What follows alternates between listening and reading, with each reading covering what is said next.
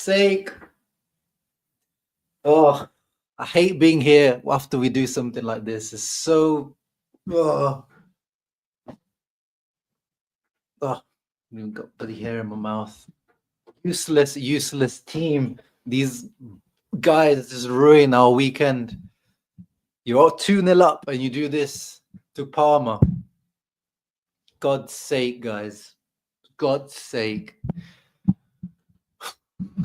It's like watching the same thing over and over and over again. And I'm just, as we've been saying all season, are we just getting those flashbacks of the season where we bottled it to Milan? Is it that season again? Is it that season again, guys? Are these guys bottling it again? Today, you are 2-0 up here, as Lucas says. Pure arrogance. Great game first half, even though Sommer kept us in the game in the first half with two amazing saves. Sommer, man of the match already out of the way. No use to discuss about who man of the match for Inter is. It's Jan Sommer. And after that, you turn out to the pitch and he just collapses. Bastoni comes off, Di Marco come off, and the wheels fall off. For some reason, Inzaghi decides to take Hakan off, keeps Aslani on. So not just the players, Inzaghi's decision making. Of course, today actually is Inzaghi's birthday. Great birthday, Inzaghi. Happy birthday, Inzaghi. Mattia knows. Great birthday for Demone. Brother, we know he wasn't actually on the sideline today, but we know they're on the phone. Massimiliano Fares was on the touchline today, and I think before today he had 100% win rate as a Inter coach, when Inzaghi is suspended. But that comes to an end today, and what an awful birthday it is, because it's a draw, but this is a loss for Inter, guys. This is a loss for Inter because, of course, we have to rely on Bologna on the other side, but that means that the 2 points dropped. Let's not mistake it. That is 2 points dropped from Inter today. Mean that if Napoli win against Bologna, they go within 1 point of Inter. And that is potentially an awful weekend. That means more stress, more drama, everything, more blood pressure, more chances of heart attacks for us Interisti. And we do not want that. We just want a nice, comfy road to the Scudetto. But luckily, at least we didn't lose. It wasn't Bologna. I know that's the game that was haunting us. I mean, we still have to play Bologna. Let's not forget that. So we could repeat Bologna in Bologna again. But it's just the signs, the signals from these boys. It's not looking good, bruv. As my title says, it's not looking good, bruv. Anyway, before we get into it, guys, please make sure you leave a thumbs up and subscribe to the channel for me being here to discuss this atrocious bunch of twats that we had to watch out there today. Atrocious bunch of twats. Apart from Jan Sommer, every single one of them. Maybe a Cherby we can save as well. But apart from that, I'm not saving any single player out there today. Is it a bad way form? 1 win in the last 5 games? Was the team just being finished because we're fighting? And I mean, definitely, obviously, we're always going to come back to the fact that we're in 3 competitions. And of course, this team is stretched thin, Mattia. But when the game is in your control, you have put it in your control, and you are man for man, even with the substitutions, you are a better team than the other team in front of you, Parma. It's just poor mentality, weak mentality, and just, all around bottling it. It's just an absolute bottle job. I would agree if, you could see that the Inter team just couldn't create chances, that the energy was lacking. But no, you could see, like, in the first half, we should have finished that game, guys. The game should have been finished in the first half. Again, yes, Jan Sommer made some massive saves, but even if they scored 2, we could have scored 4, 5 goals in reality if our strikers... Actually, that is actually probably the most I'm angry with. The Inzaghi and the substitution, Faris over you and the blame, that's definitely big talking point. But if our strikers, our 2 top boys up front, actually turned up today, I know Thuram scored, but even that was lucky.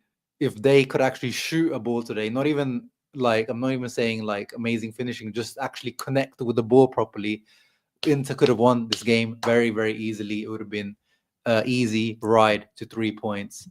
So absolute shit show all around today. But the two main guys that I want to blame today are actually our two strikers, because I feel like we could have won this game easily if they were half decent today. It's like an half complete no-show, frustrating. 2 games in a row, we disappointed. Yeah, similar to the Udinese game, right? Back to back. Udinese game. I mean, at least in that game, we were good for like 60, 70 minutes. And then we completely dropped off the pace, and we were lucky to end up on the winning side in the end there. This game, we were kind of good first half, but also, not amazing like the Udinese game. And then second half, complete drop off. Yeah, we're not giving the vibes of a champion team, are we right now, Gianni? Did that look like a champion team to you today? Did that look like the Scudetto holders? Did that look like the team that's going out there to win back-to-back Scudettos? No, it does not. In-game management trash as well. Subs were bad except Zalewski. Yeah, as usual, Zalewski coming on, making a lot of impact, but not ready to start according to Simone. And of course, the equation, the algebra equation that we all know this season, that always seems to equate in Inter dropping points. Bastoni out, Inter drop points. Today, that one, I don't know if I can blame Inzaghi, because the actual reporting in Italy said that Bastoni actually had not an injury, because they downplayed it afterwards. I was watching on the Italian commentary today, but they were saying that Bastoni came off and he was had some ice on his knee when he came out. Actually, yeah, let me bring up the tweet here. Daniele Mari. So Carlos Augusto che esce con il ghiaccio, Bastoni che esce con il ghiaccio sul ginocchio. So bit of ice on his knee, but on the zone they said it was precautionary. So they took him off before anything developed, but he was probably feeling some pain. But hopefully, that's nothing serious. So actually, in this case, for once, the Bastoni substitution isn't by choice. It was a little bit forced, but it shows how important Bastoni has been for us this season. Maybe he is probably our player of the season if we're real, because once he comes off, it seems like the wheels come off the train. And of course, the usual substitution, Di Marco, the one I also didn't like from Inzaghi, the coaching team. I'll say coaching team today. I won't just blame Inzaghi, because it wasn't just Inzaghi. It was, Faris probably had some role to play in it today. Was the Di Marco one, because yes, he got yellow carded, and I know the thing is, yes, we've got Bayern at the weekend, but we talked about it. This is 8 finals. Yes, we want to do well in the Champions League, but when the situation is precarious, I think if it stayed at 2-0, or if we were 3-0 up or 3-1 up, it's different. But when the situation was tough, taking Di Marco off and bringing Zalewski on just because Di Marco was on yellow, I think that was a little bit too early. I think he should have waited until 70, 75th minute at least. And then this one, definitely I disagreed with. Hakan, by the way, not good at all. But even Hakan that wasn't playing good, and that was in his Mezzala position, we know that it reminded us of why we don't like Hakan, especially me. I never used to like Hakan in the Mezzala position. Way too much hero ball, and he tries to do way too much when he plays Mezzala, and he doesn't get it right most of the time. But yes, again, Bayern at the weekend, but just keep Hakan on. Take Aslani off and keep Hakan on. And I know, as Eduardo says, thank you very much for the donation, bro. Aslani, quite rightly, catching a lot of heat today, because what are you doing, brother? What are you doing? Still showing no personality, still looking like a very weak little boy in this Inter shirt. It just doesn't suit him. This has to be Aslani's last season at Inter. It's time to give someone else an opportunity there. Maybe could be Bernabé, the guy that a lot of people have hyped up. He scored his bloody first goal in Serie A, so it had to be him. But why did you keep Aslani on? If you're trying to hold on to a lead, and again, this goes back to Inzaghi. Many times we've seen this decision-making, right? This game management for Inzaghi, or lack of game management. Again, maybe not Inzaghi, a coaching team, I'll keep saying. But why would you keep Aslani on? Why would you not put Hakan into CDM to hold the game with Mkhitaryan next to him? Of course, we couldn't bring Barella on today. If you're going to bring Frattesi on, bring him on, but keep Hakan on. Take Aslani off. Not good.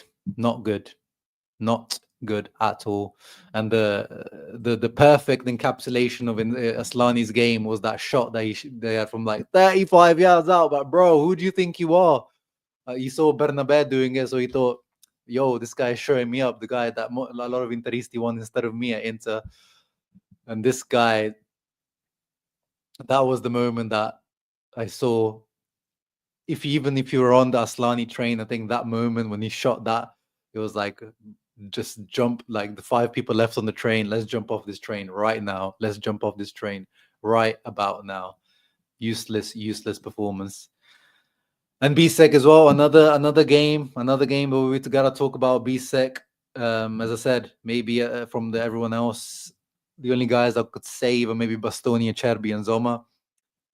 But Bisseck, my goodness, as usual, sometimes he shows this kind of lackadaisicalness and just like not fully concentrated. Doesn't win most of his duels and challenges. Sometimes it seems like he's not really trying his best. Seems some of his passing today, which is his strength, wasn't on top. Yeah, I don't understand why Pavard didn't start, as we said, because he rested already against Milan, and why he didn't come on in the second half as well. Again, decision making from the coaching team. Not really sure about that one. And yeah, maybe we do overrate Bisseck a little bit because he keeps doing the little things. He keeps doing little things.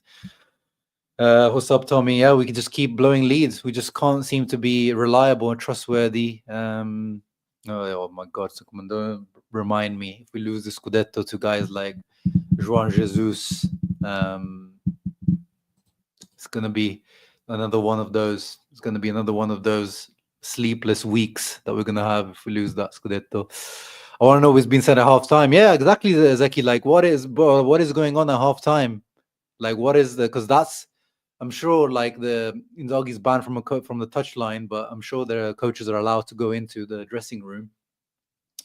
What goes on at halftime? Because there was clearly nothing important or whatever was said. Even if there was something said, it didn't sink in. These players must have come in one ear, gone out the other one. Because second half, we came out again with that arrogance of like, yeah, we're 2-0 up. Yeah, it's Parma. We can just coast our way through this. And then they start sitting back, absorbing pressure, which in some ways we are good at doing. But when the other team starts to gain confidence, they're at home, they change tactics. Christian Kivu, got to give him credit as well, where it's due. First half, Parma, apart from the couple of chances they created, they did not look good. They tried to match us up with a 5-3-2 formation. But in the second half, Kivu at halftime, 3 substitutions. Bernabé changed the game. Pellegrino, this guy, never heard of him, changed the game. Absolute tank up front. Still kept it with this 3-5-2, but completely changed it around. And he won that second half. He gave a tactical lesson in the second half. So got to give credit where it's due to the other team as well. But Inter asked for it, didn't they? With their atrocious mentality and approach to the second half. And yeah, this is definitely not the thing. Maybe it gives them a little kick up the arse before the Bayern game. But yeah, definitely not a good way to go into the Bayern game for sure. And yes, Taremi is injured, if anyone's wondering.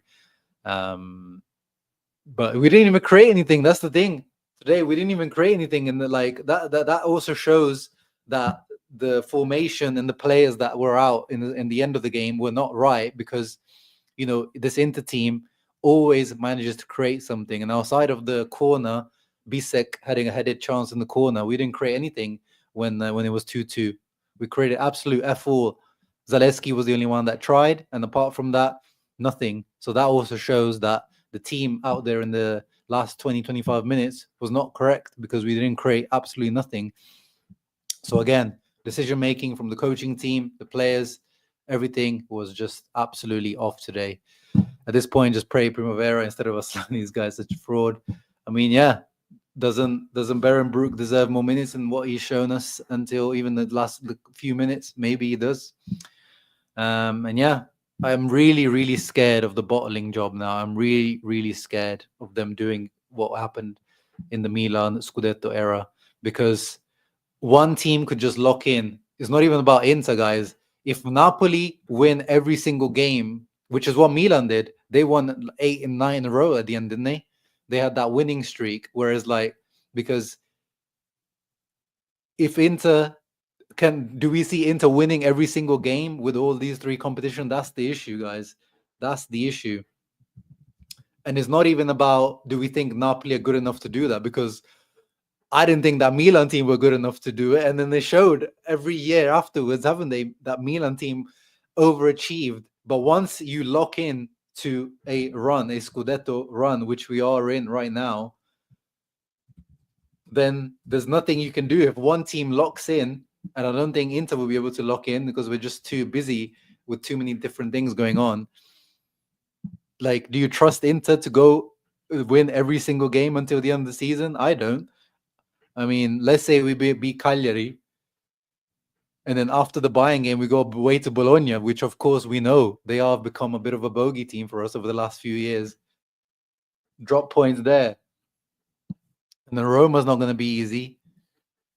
Then let's say we beat Verona, Torino away. We know sometimes we can drop that one. Lazio can sometimes be tricky, and Como away on the last match day. Do we have faith in Inter winning every single game? Last 7 games? No, I don't. And then Napoli, outside of Bologna,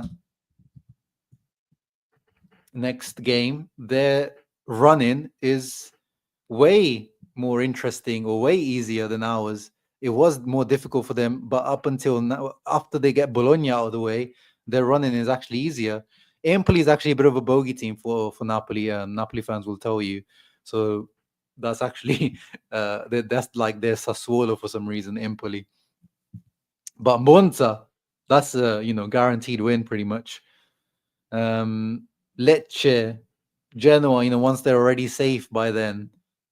Like this, and then last game at home to Cagliari, like Napoli are better than all these teams. And yes, maybe sometimes they also struggle, but I'm just putting it out there that if one team locks in like that Milan team did, and remember, that's the team of Messias, Krunic, Salami Maker, Tatarusanu, and then of course Rafael Leao turning into MVP, Mike Magnon turning into MVP level form.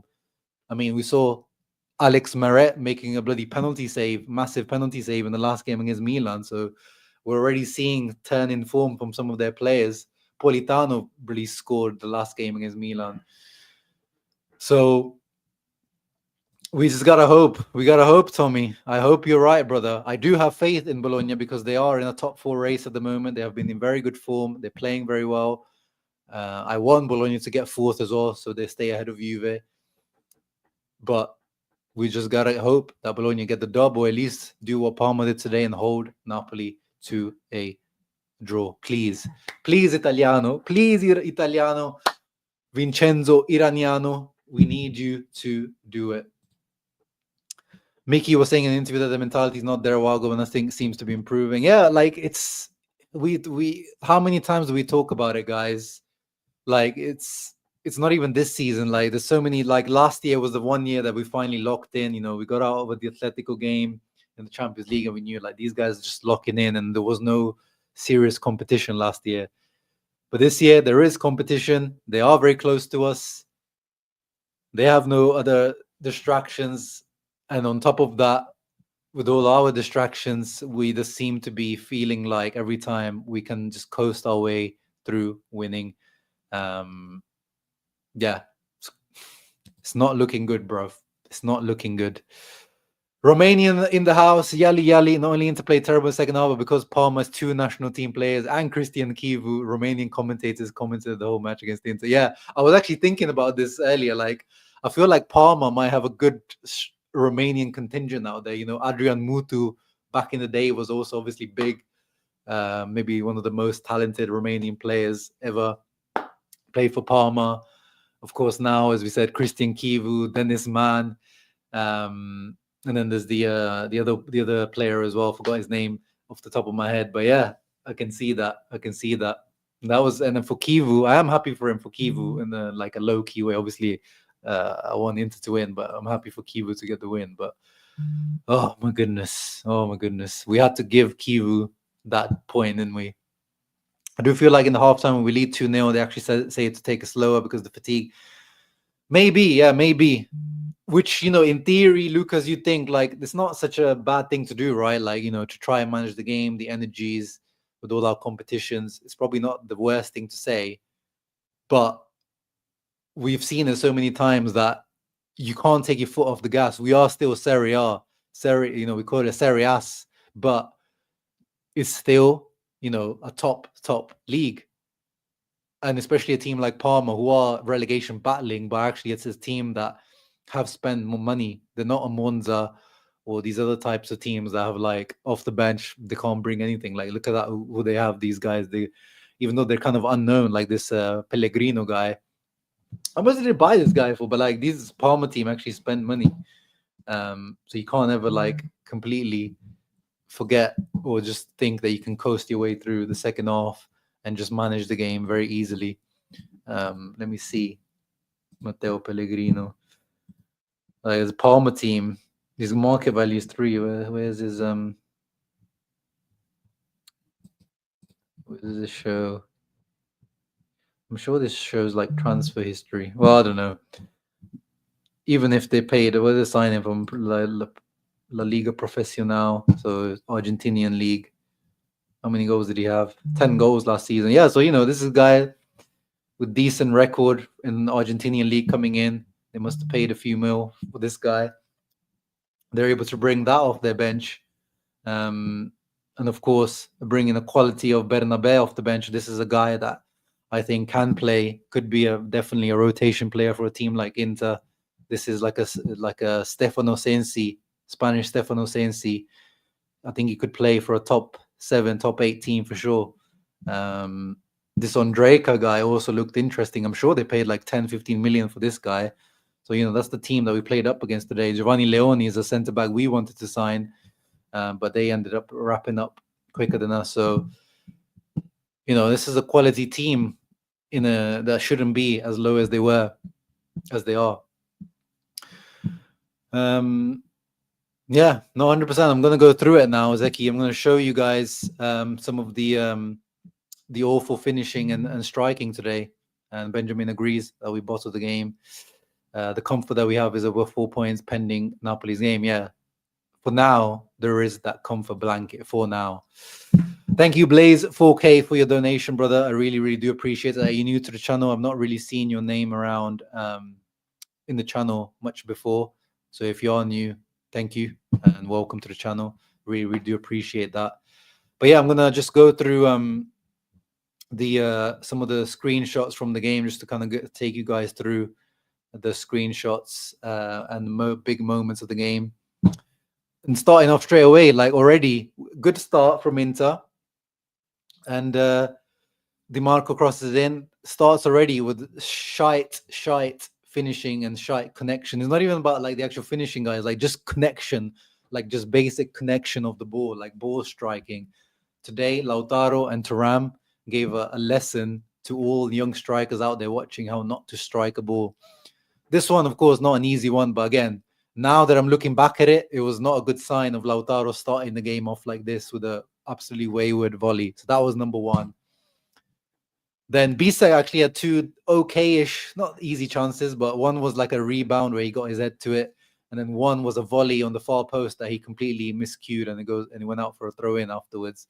So yeah, even from Bisseck, I mean, he's not a striker, so I'll let him off. Ball striking there. And then, as we said, Jan Sommer, nothing to discuss. Man of the match for Inter, nothing to discuss. Kept us in the game. Zan Sommer, will rename him, Santo Sommer, the Saint Sommer, for keeping us in it. Really, really good counter-attack from Parma, where maybe Bisseck could have done better to stop an amazing pass from Simon Zom. World-class pass it was into space. And then Bonnie, another one who had a really, really good game against us, a guy that I think Inter definitely, you guys know I was talking about him in the preview, and I have been talking about him all season. He had a fantastic game in terms of hold-up play. Probably should have scored. But in terms of his overall play, dribbling, hold up, link up, he was on it today. One of those games where you can tell the boy's like, come on, Inter, come and sign me. And I think if he is available for around 15, 20 million euros as a fourth striker, we should go ahead and pull that trigger. But yeah, luckily, he hasn't been, he's only scored, 5, 6 goals this season, and it shows you why. But that is also because Jan Sommer made an absolutely amazing world-class save with his foot, with his left foot, cat-like reflexes to keep us in the game. Yeah, Indro, 2 clear-cut chances for Parma. Sommer bailed us out in the first half. But as I said, even if they score, let's say Parma, let's give them the 2 goals in the first half. We should have been like 4-5-0 up in the first half. So here, this is the first goal that we score. Good play down the left. Di Marco crosses in. Actually, Mkhitaryan, again, speaking of completely effing up the striking of the ball, misstriking on the ball, mishits it. But then luckily, Darmian's on the far post and comes in with his left foot, with his weaker foot. And little, positive point for me where I predicted in the preview. If you watch the preview, I predicted a Darmian. Actually, I predicted the Darmian and Thuram goal, didn't I? So I was right there. If the game ended there, I would have been accurate because I said 2-0 Thuram Darmian goal, and that would have been the perfect end. But no, of course, that second half had to happen. But yeah, Darmian at least showed, even Darmian's goal, let's be real, it wasn't struck very well. It kind of bounces into the floor. At least it goes posting in. But at least Darmian shot it better than our strikers. Matty Doms always comes through. And then this one, like Lautaro, I know he's been off injured last couple of weeks since the international break.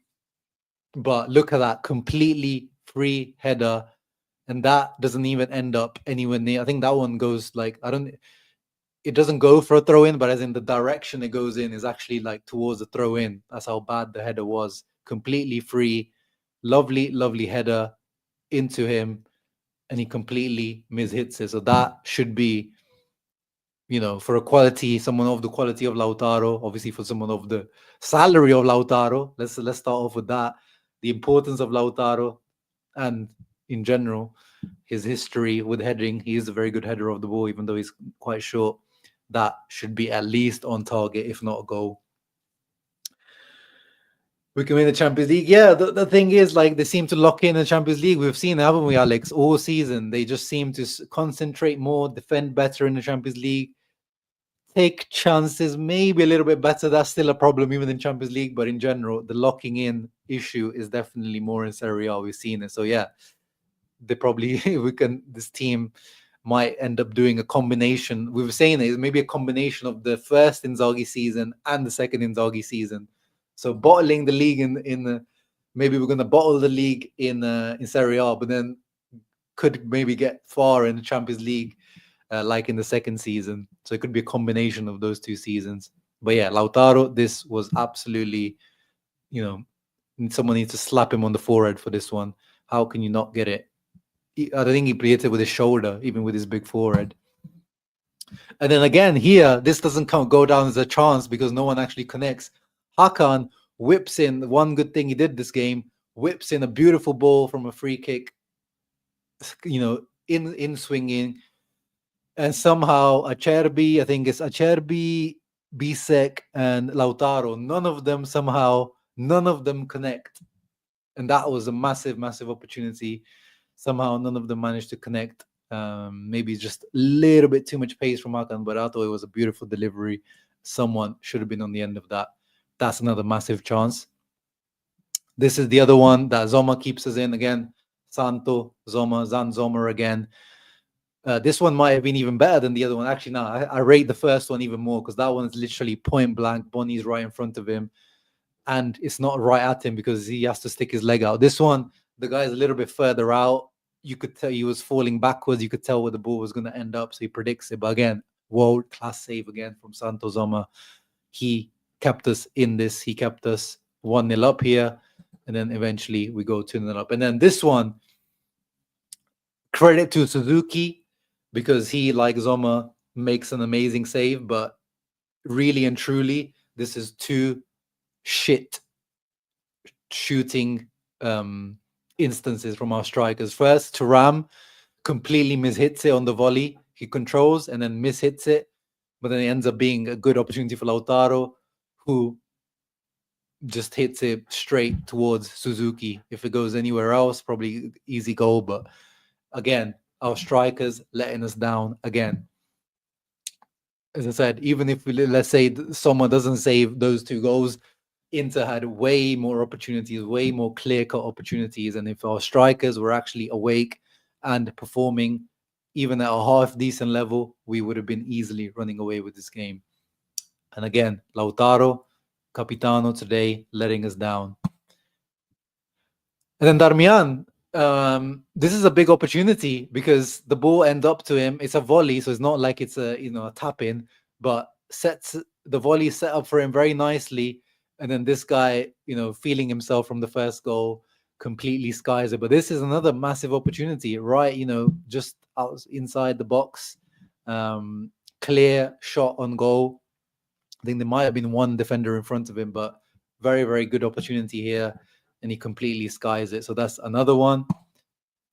And then here, even the goal that we score, it shows how bad, this is an encapsulation of Thuram's awful form in general recently, but is today the ball striking completely disgraceful. Very, very lucky. Best goal ever, because Mkhitaryan squares it to him. It does bounce in front of him. I'll give him credit for that because I saw the slow motion replay from the different angle, and it shows the ball bobbles up just as he's about to strike it. But it somehow ends up lobbing the shot. Obviously, he's not trying to do that, but he ends up lobbing Suzuki. And the defender actually almost clears it, but then I think the defender even hits himself as he's trying to clear it, and then it goes in, trickles over. And that's how bad the goal was. Thuram didn't even celebrate it properly. And then his dad, Lilian Thuram, of course, former Parma player, in the stand, was not impressed whatsoever. He was like, I'm not celebrating this. Yeah, that was absolutely pure luck. And I don't think many of us celebrated that properly because we weren't even sure whether Mkhitaryan was onside or not. I think they were even checking for handball because they thought Thuram might have even handballed it as he struck it. Awful goal. But you're 2-0 up, Inter. You go 2-0 up at half time and you managed to. Oh my goodness. Even with all that awful ball striking from our strikers, we were 2-0 up and we managed to. I guess maybe it's karma for scoring such a awful goal. It's karma for like letting Thuram off the hook for that. And thank you, Timmy, as well, bro, for your donation. I really, really do appreciate that. My goodness. And now, unfortunately, we have to get into the screenshots of the second half. Like, that was the first half. And I remember looking at the stats at half time, and it was already, the XG was like, Inter were already on like 1.3 or 1.2 XG, I think, at half time. And Parma were at like 0.7. So it was one of those games. It was quite a fun first half. Like, obviously not for us to watch too much, but in terms of, in general, it was a very up and down. Both teams had chances type of half. But Inter were dominating. Inter were definitely the better team. And then by the end of it, again, look, it shows you like Inter in terms of at the end, 2.07 XG, 3 big chances. We should have won this game very, very easily. And the second half, yeah, Alexander, definitely one of the worst first halves we've ever seen. And there is Bernabé scores. What minute did Bernabé score? 60th minute, but it was coming. It was coming before that as well. It was leading to it because we started to sit back. We started to, be comfortable, taking in pressure. I guess Parma weren't creating too much, but the signs were there that let's not start doing this too much. Let's start attacking them. And of course, the substitutions didn't help. We said Bastoni was a forced one because of a slight injury. But then, did you have to take Di Marco off? Did you have to take Hakan off? I mean, the fact that Inzaghi took off, or the coaching team again, I will say coaching team today, you go 2-1 and then you decide to take Hakan off, then that's very baffling to me. The reason, like, if he did it at 2-0, I could understand, like, maybe he's starting to, I think the team can hold it and the team needs, rotation now. But at 2-1, that is not the time to take Hakan off. That is the time you say, Hakan, you go CDM now. Maybe even if you want to keep Aslani on, move Aslani somewhere else, put Aslani mezzala, or bring Frattesi on, whatever you want to do. Do not take Hakan off at that point when you're 2-1. That is very, very, very, very difficult time to keep us. Like, you just know you're not going to hold on. Like, there's no way that you're going to hold on to a lead, having a midfield of Aslani and Frattesi together, and then having Bastoni off, having Di Marco off. It's just not conducive to us holding a lead. That's when I would have brought Pavard on. I am quite confused why Pavard wasn't come on today, because was he injured? I agree with Mickey having a stinker. Although Mickey in general, he had a good first half, but then second half, like everyone else, did have a stinker. I agree, but Mickey was good in the first half. He just dropped off in the second half. He almost gifted them a goal in the second half and he slipped over. 2 games later, and we still 2 games away. Bologna need to win to make it. Yeah. Dropping a 2-goal lead to a relegation side doesn't bode well for us. Scudetto chance. 100%, Mattia. When you put it like that, are you a Scudetto candidate? Are you a back-to-back Scudetto? Are you deserving a Scudetto? That's the question. Are you deserving a Scudetto if you're dropping 2 points to this type of Parma team? That is the question that needs to be asked to these guys. And I want to see some good, proper statements of, like, the mistakes that we made, and we're going to rectify it, and admitting that we have some bad mentality issues in this team. I want to see some guys like Lautaro, Mkhitaryan, some of the big boys out there. Then today, in the Udinese game, we can say, in the Milan game, substitutes did do well. In the Milan game, substitutes came on and changed the game for us. But today, substitutes did not do their job.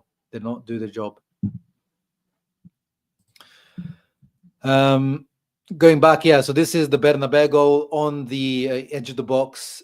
A little bit, Mkhitaryan goes to press him. I can't really, blame him too much. He does go press him, but then Bernabé sneaks the ball in through his legs, and no chance for Sommer. Beautiful strike, gets it into the corner. And that's Tommy, another worrying stat. The fact that we're the 4th best defense in the league. Usually in Serie A, the best defense wins the league. Not always. We saw it can, we saw, I think when Juve won the Scudetto under Sarri, they were like second best attack and second best defense, if I remember correctly, or something along those lines. It can happen that the best defense doesn't win the league, but usually the best defense wins the league. 4th best defense definitely not going to win your league.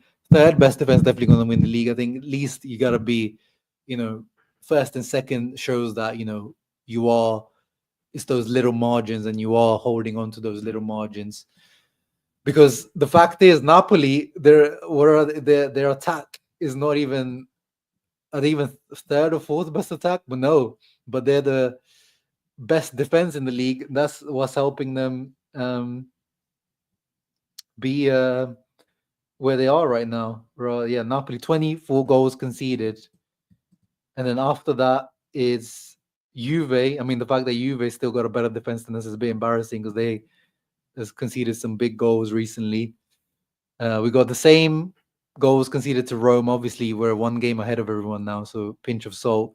Fiorentina as well, 30 goals. And Milan have only conceded 5 more goals than us. That awful, atrocious Milan team. So it shows you. It shows you Inter have a lot of improvement to do. Atalanta got a better defense than us. That is pretty bad. Atalanta have been struggling with the injuries at the back all season, and the style of play isn't really conducive to defending very well. So, yeah. No, yeah, I can't really. This goal is more about the mentality leading to the goal in Johari. I agree. In this goal, sometimes you just gotta clap your hands and say, like, what more can you do? Mkhitaryan goes out to press him. He was tight to him, but it goes through his legs and it was right in the corner. So I can't even blame Sommer. But it's just how the goal ended up happening. In the build up to it, sitting back, taking pressure, and eventually this was bound to happen. And then the second one, same kind of stuff. Lucky. This one was lucky. But again, look at the disconnect between the midfield and the attack. Look where Thuram and Lautaro are. I think this comes from our attack breaking down and then countering us on Dieka, whatever his name is, on the counter attack. There's a step over, goes onto his left foot. Acherbis tries to block the shot with a slide tackle and Darmian, but gets a lucky deflection and it goes past Sommer again.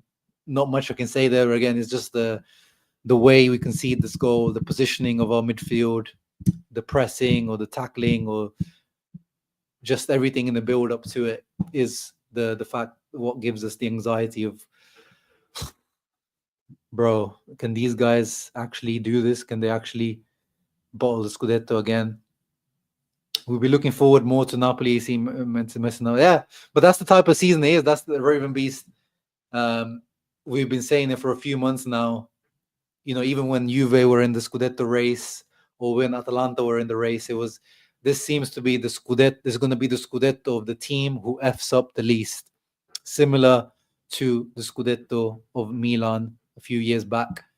I think they won it with 85 points. Around the 80-point mark. I think it's going to be definitely around the lower 80, mid 80s max mark, because it's just going to be the team that F's up the least. So yeah, we saw Napoli effing up against Venezia a few weeks back. So maybe actually the lower teams might be where Napoli struggle more. Let's see. But yeah, now we have to go into every game thinking about what is the team going to do? What is Empoli got for us? What's Empoli got for us? What do Monza have for us in store? We just have to support these below average teams to pull out something out their ass for us, and it's not a good place to be in. But again, some people, maybe some neutrals might see us as well. Let's be real. Some neutrals might see us and be like, yeah, okay, even if Napoli win, you're still a point ahead. So it's true. We can't be doom and gloom. But the fact is, we are Pazza Inter, and we have seen this Pazza Inter bottle the Scudetto from similar positions. We've seen this exact team, some of these players were there when these bottling things happened. So that's why we are very cautionary, very damaged material we are as Interisti. So I know some Napoli fans or Milan fans or Juve fans watching this stream right now might be like, oh, Interisti, look at them. So overreactionary. You're still first, bro. Chill out. It's true. But we've got so many competitions. Our team is old.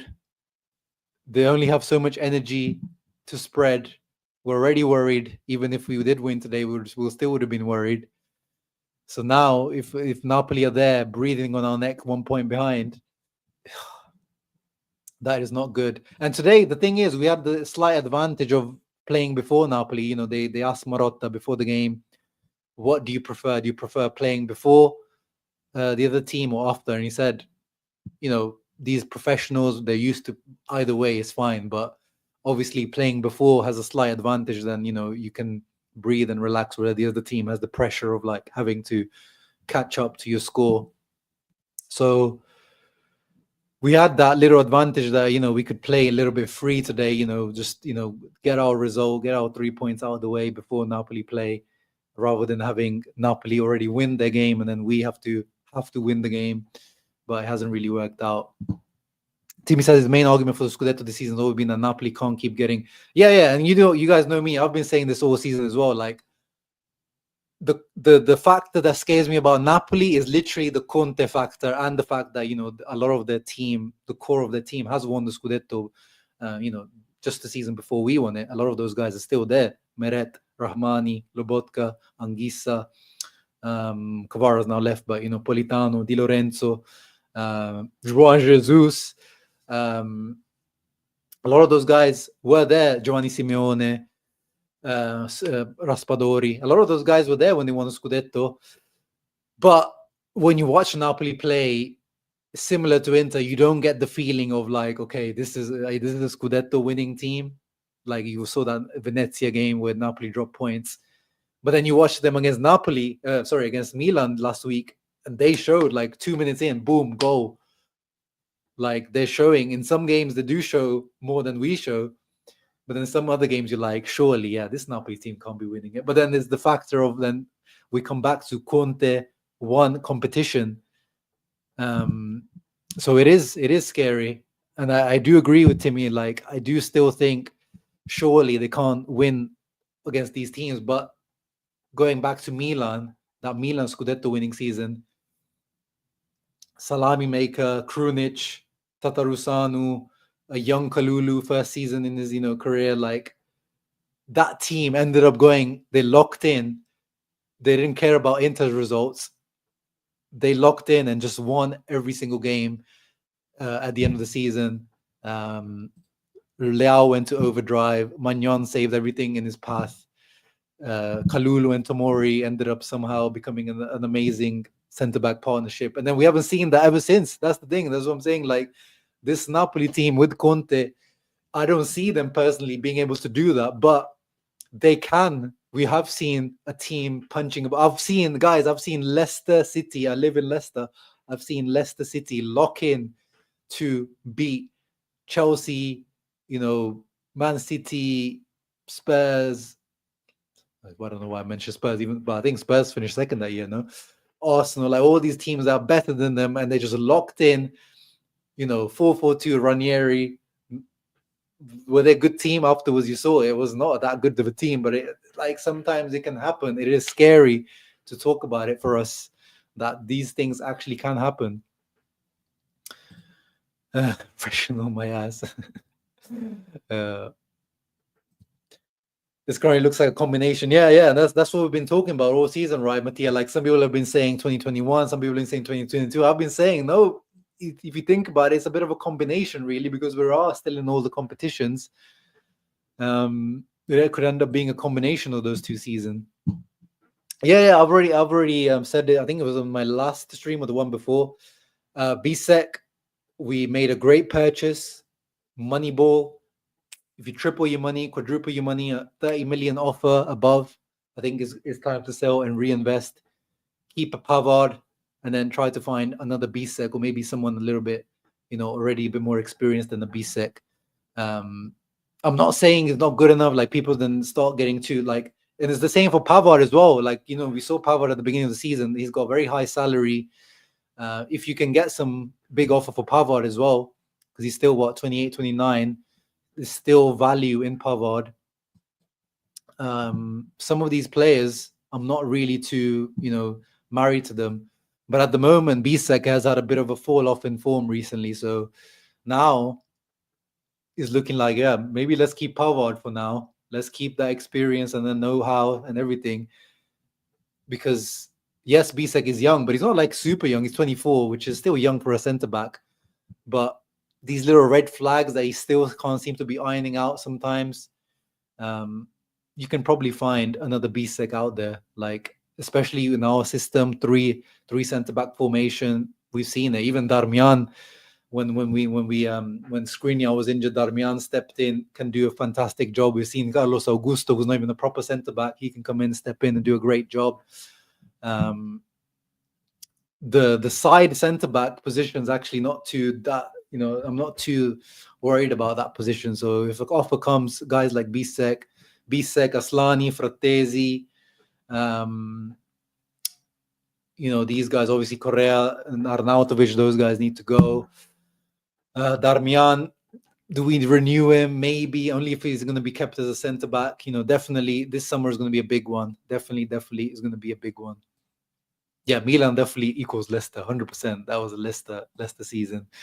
So Alex says has his faults, and I can see him getting a lot better. But yeah, he's there, definitely has potential. But it's like, if the opportunity arises and you can reinvest that money, I think we could do it. Now, if the lock-in 100% is over, we're much more front foot team though. When we won it with Conte, last 3 wins were all shaky. Darmian 1-0 was a Conte trade-off. Yeah, that's true. We are almost at 11k. Yes, Eduardo, thank you for reminding me, and thank you for your support. You've been a day one supporter of the channel. So yeah, let's get this channel to 11k as soon as possible. I think my aim was to try get it before the end of the season, but let's see. Maybe if we do well in the Champions League, that might push it. A little bit of Champions League hype, get some casuals involved. Appreciate the live now. Thank you. Sunday is ruined, obviously, because he's in Australia, so it's already Sunday for him. So his Sunday is already ruined. But hopefully, maybe Bologna can make your Monday a bit better. Well, actually, no, it'll be already Tuesday for bloody hell for you. It's already Tuesday. So yeah, your weekend's gone, brother. Apologies. Your weekend is finito. Kalas. Bisseck can get us a great plusvalenza. Pavard can't. Yeah, that's true. But we don't really need our financial situation at the moment, Matteo. We don't really need plusvalenzas because of all the extra money we're getting in from the Champions League, plus Club World Cup. Plusvalenza capital gains are needed in those years where you might not go far in terms of revenue, and we're already making big cost savings already next year. So like the plusvalenza is not really too much needed this year, but yeah, Bisseck gets some more plusvalenza. We need Gasperini PEDs to finish the season. Yeah, we need something to inject in some of these guys for sure. B says I have a bad Rome. Yeah, again, like I don't want people like John. You're misunderstanding me. I'm not saying because now he's in a bad form. This would be even if Bisseck was having, a month ago when he was in good form.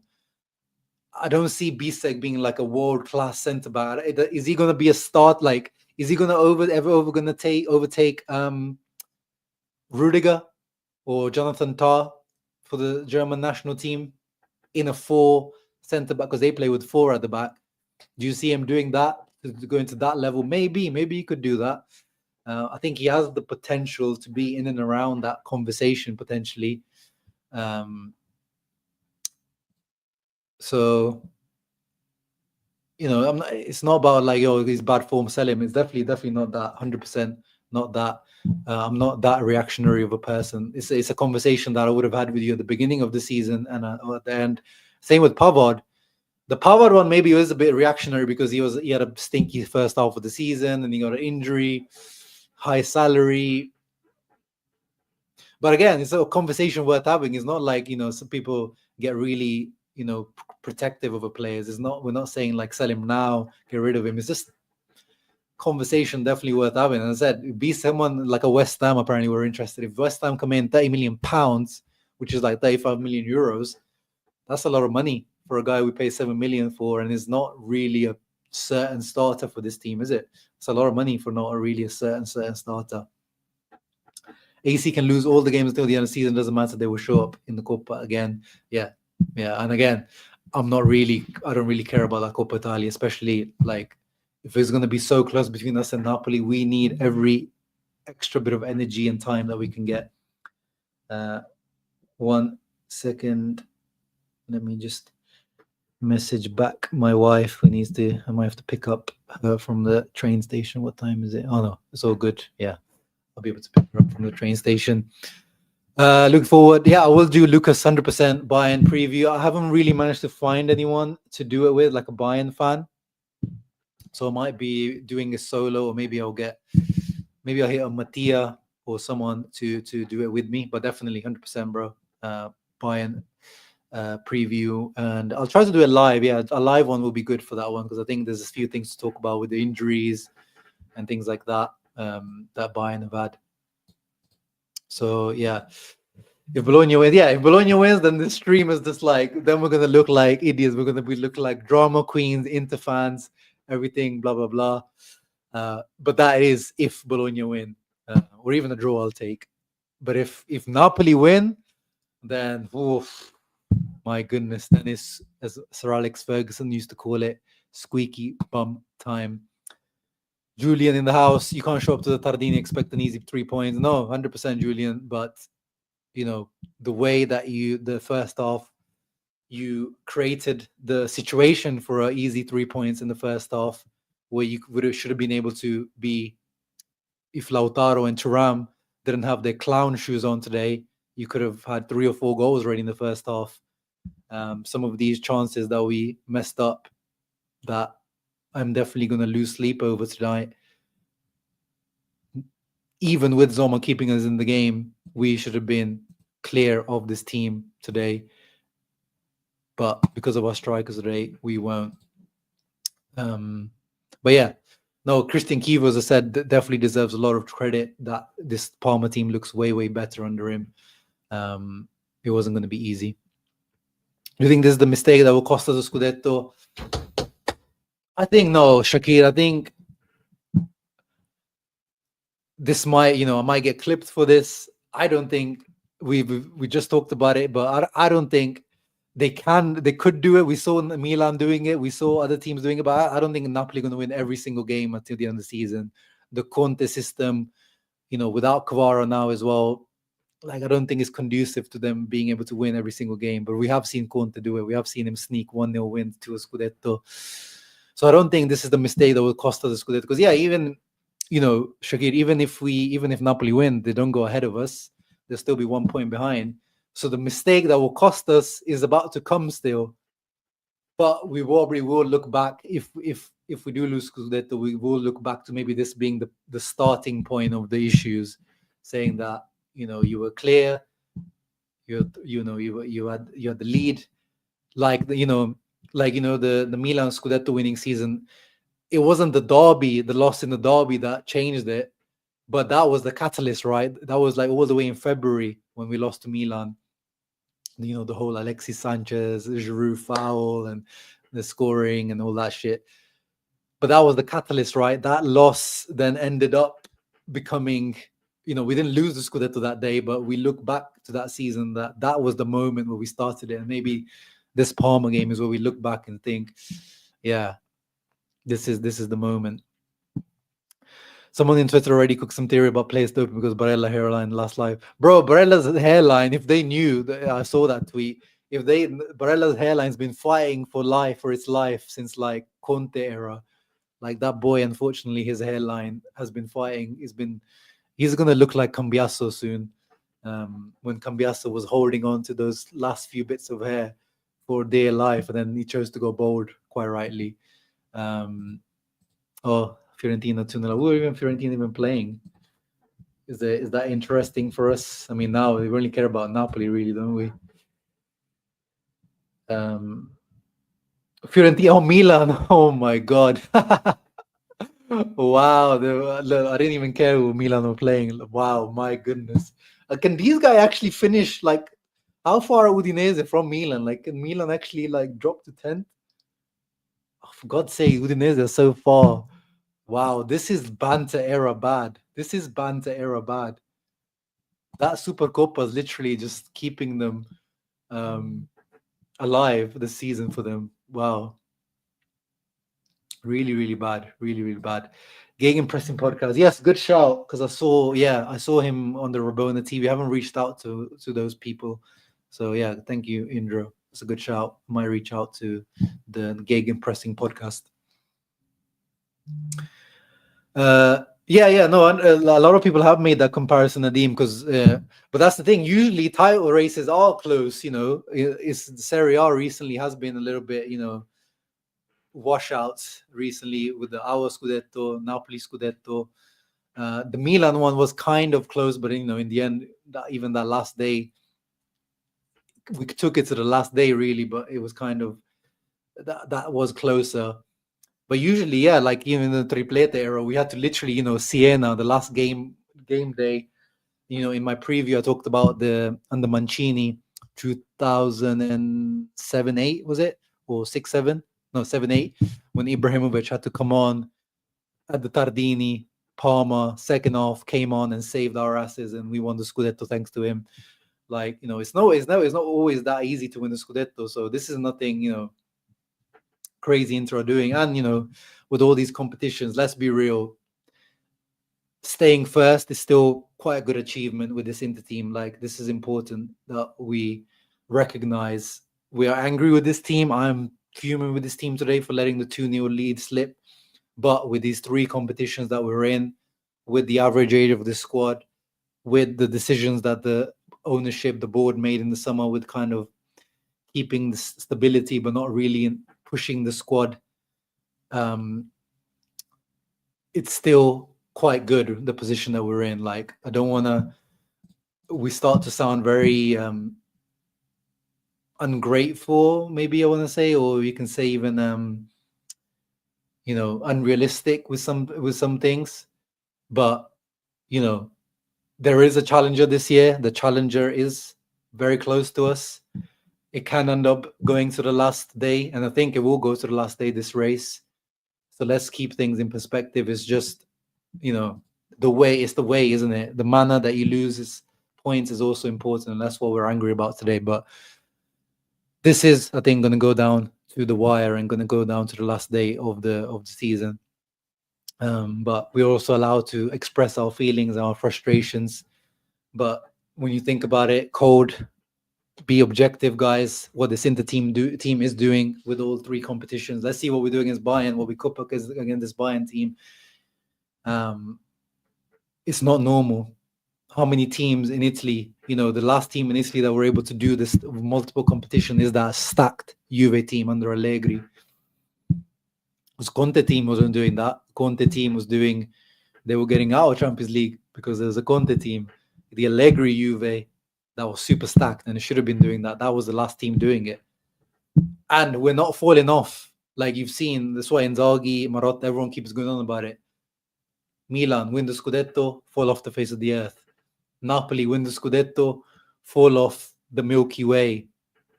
Inter, win the Scudetto under Conte, then we just about lose it to Milan. Then we fall off in Serie A this year after, but then we get to Champions League final. Like this Inter team, we keep staying there. Stability, staying there. That average performance level has been very good over the last 4 or 5 years. We have to give that to this team and this management, this board, as much as we criticize them. But we cannot lose this Scudetto. We cannot lose this Scudetto. After I say all that, we cannot lose this Scudetto. 25 more games is insane. It is insane. Come on, guys. I know these days this hairline thing is like a big topic to talk about, but it's, if he's gonna go bold, you should do, own it. Like, I'm in the fact, like, my dad is bold, so I'm expecting any moment of this to go. I'm holding on to it. So, but I'm ready. As soon as it starts to go, I'm ready to just go straight 0. So I'm not going Turkey. I'm gonna own it. I'm going straight bold. And I think that's Carlos Augusto. I do respect Carlos Augusto as well. That's a real amazing comeback as well. Imagine this AC, like that's the thing that's probably keeping us alive in that Coppa Italia as well. Like just not to let Milan have another trophy. That would be the weirdest season ever, right? Having 2 trophies and finishing 9th. Like, has anyone ever done that? That must be like the most bipolar season the team's ever had. Yeah, bold Barella might even liberate him to the next level.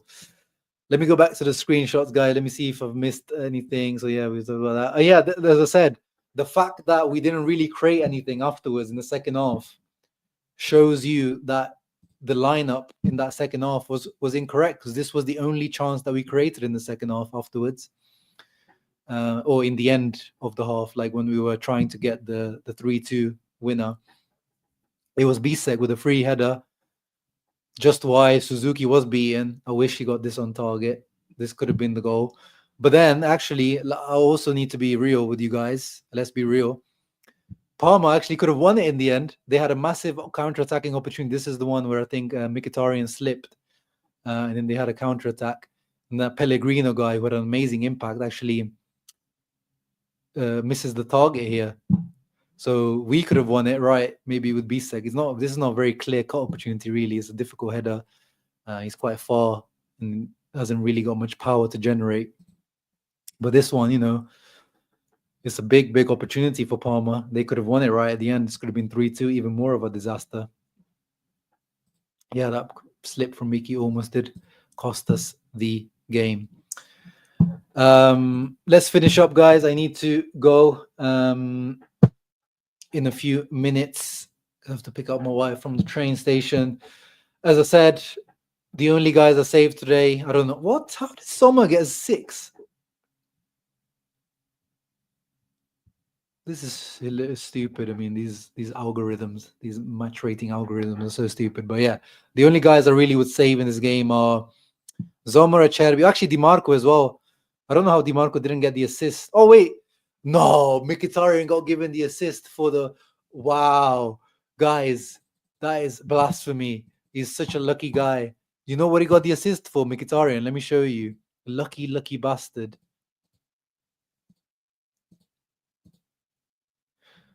So DiMarco crosses it in, and Mkhitaryan is the, you see him, he's on the near post.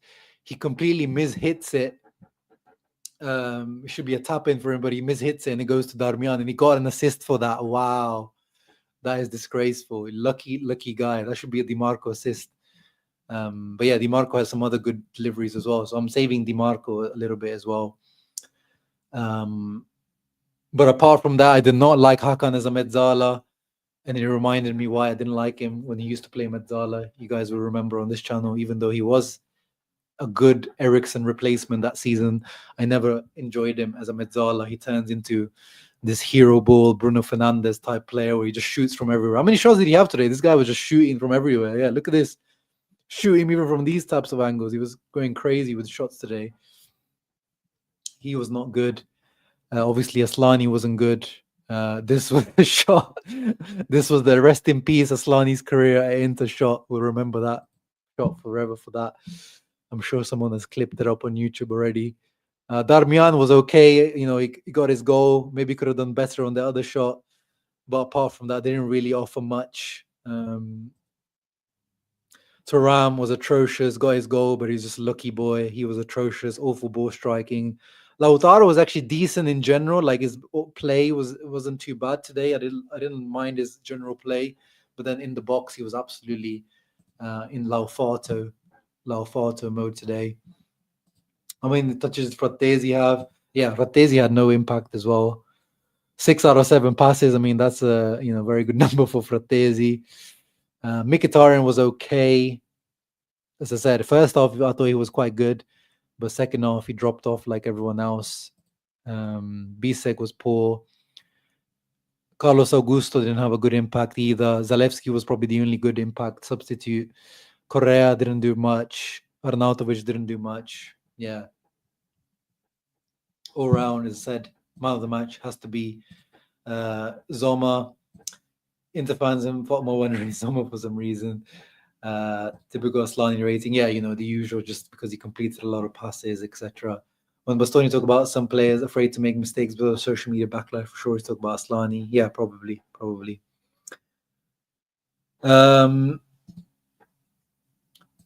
Where returns Haram's salary increase. Yeah, Lautaro this season, brother, he has not shown that he deserves that. Serie A's most paid, well, alongside Vlahovic, most paid. Anyway, guys, we wait till Monday. We have to wait till Monday now because these guys ruined our weekend, kind of. But we are still first. Come on, guys. We've been crying, I think, a little bit, maybe overreaction, more because we dropped the points. I think if it was like, Parma going 2-0 up and us coming back, probably we talk about it differently. But because we went 2-0 up and dropped it, 2-2 is a different conversation. But we remain first. That's the most important thing. We didn't lose. And now we just have to hope that Bologna come through for us. But we still will remain first in the league regardless of that. And then, 7 finals. It was 8 finals. We dropped the first one. Now it will be 7 finals. And we keep moving. Guys, thank you for coming through. Please, before you go, give a thumbs up, subscribe to the channel. Let me say thank you to everyone that donated here. Eduardo, Hermano, muchas gracias. Blaze 4K, Blaze 1 for me, Blaze up a nice zoot for me, even though I don't smoke. Timmy, thank you very much for the donation. And Zeki, thank you very much for waking up early and doing that. And thank you, Mattia, for moderating beautifully as always. Thank you very much. Check out Inter Worldwide if Anthony's doing any content, or Judge Mo. Thank you for tuning in, guys. Ciao ragazzi.